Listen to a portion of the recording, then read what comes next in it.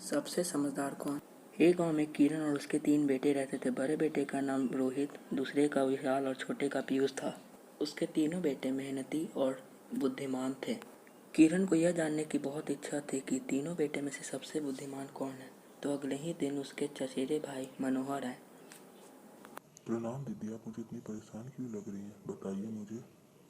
मुझे ये जानने की इच्छा है कि मेरे तीनों बेटे में से सबसे बुद्धिमान कौन है। बस इतनी सी बात। मुझे आप ये बता दें कि वो तीनों क्या काम करते हैं, फिर मैं आपको बता दूंगा। रोहित की अनाज की दुकान है, विशाल एक चर्च में काम करता है और छोटा बेटा पीयूष एक व्यापारी के खेत में काम करता है। अगले ही दिन वो बड़े बेटे रोहित के पास गया। बेटा रोहित, मैं कुछ दिनों के लिए यात्रा पे जा रहा हूँ। क्या तुम मेरी अनाज की बोरी संभाल कर रख सकते हो? हाँ मनोहर अंकल, आप आराम से यात्रा पर जाइए। मैं आपकी अनाज की बोरी संभाल कर रखूँगा। वैसे ही वो दूसरे बेटे विशाल के पास भी जाकर कहता है। फिर वो पीयूष के पास भी जाता है। कुछ समय बाद मनोहर यात्रा के लिए निकल गया।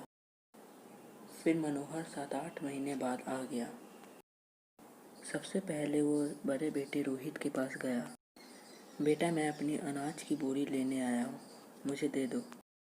अरे मनोहर अंकल, आप आ गए। आपको यात्रा पे गए बहुत दिन हो गए, इसीलिए अनाज खराब न हो जाए उसे मैंने अपने ग्राहकों को बेच दिए। मुझे माफ़ करिए मनोहर अंकल, मैं आपको वो अनाज की बोरी तो नहीं लौटा सकता, पर उसमें से जो मुझे पैसे मिले वो मैं आपको वो दे सकता हूँ। मनोहर पैसे लेते हुए, अरे वाह बेटा, तुमने अनाज का बहुत अच्छा इस्तेमाल किया। अब मनोहर दूसरे बेटे विशाल के पास आया। बेटा, मैं वो अपनी अनाज की बोरी लेने आया हूँ, मुझे वो दे दो। मुझे माफ़ कर दीजिए अंकल, मैंने आपकी बहुत राह देखी पर आप नहीं आए, तो मैंने उसे क्रिसमस के दिन सब लोगों में बांट दिए। उन सब ने मुझे आशीर्वाद और दुआएं दी। अरे वाह बेटा, दान धर्म, ये तो तुमने बहुत अच्छा किया। मैं तुमसे बहुत खुश हूँ। तुमने अनाज का बहुत अच्छा इस्तेमाल किया। अब वो सबसे छोटे बेटे पीयूष के पास आए और कहा। पीयूष खेतों में काम कर रहा था। बेटा पीयूष, मैं अपनी अनाज की बोरी लेने आया हूँ, वो मुझे दे दो। अरे मनोहर अंकल, आप आ गए, आइए मेरे साथ। आपको तो पता है मनोहर अंकल, पहले मैं एक व्यापारी के खेत में काम किया करता था, पर मैंने उससे वो ज़मीन खरीद ली और आपने दिया जो वो अनाज मैंने उसमें बो दिया। फसल बहुत अच्छा हुआ और मुनाफा भी बहुत आया। उनमें से कुछ बोरियां मैंने यहाँ संभाल कर रखा, आप जो चाहें वो ले लें। नहीं बेटा, उसकी कोई ज़रूरत नहीं, ये तुमने मेहनत की हुई उगाई फसल है।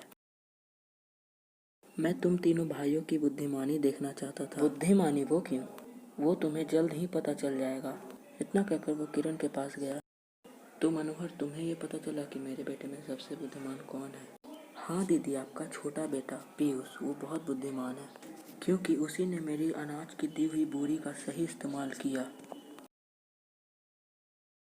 लेकिन आपके वो दोनों बेटे भी बहुत होशियार हैं।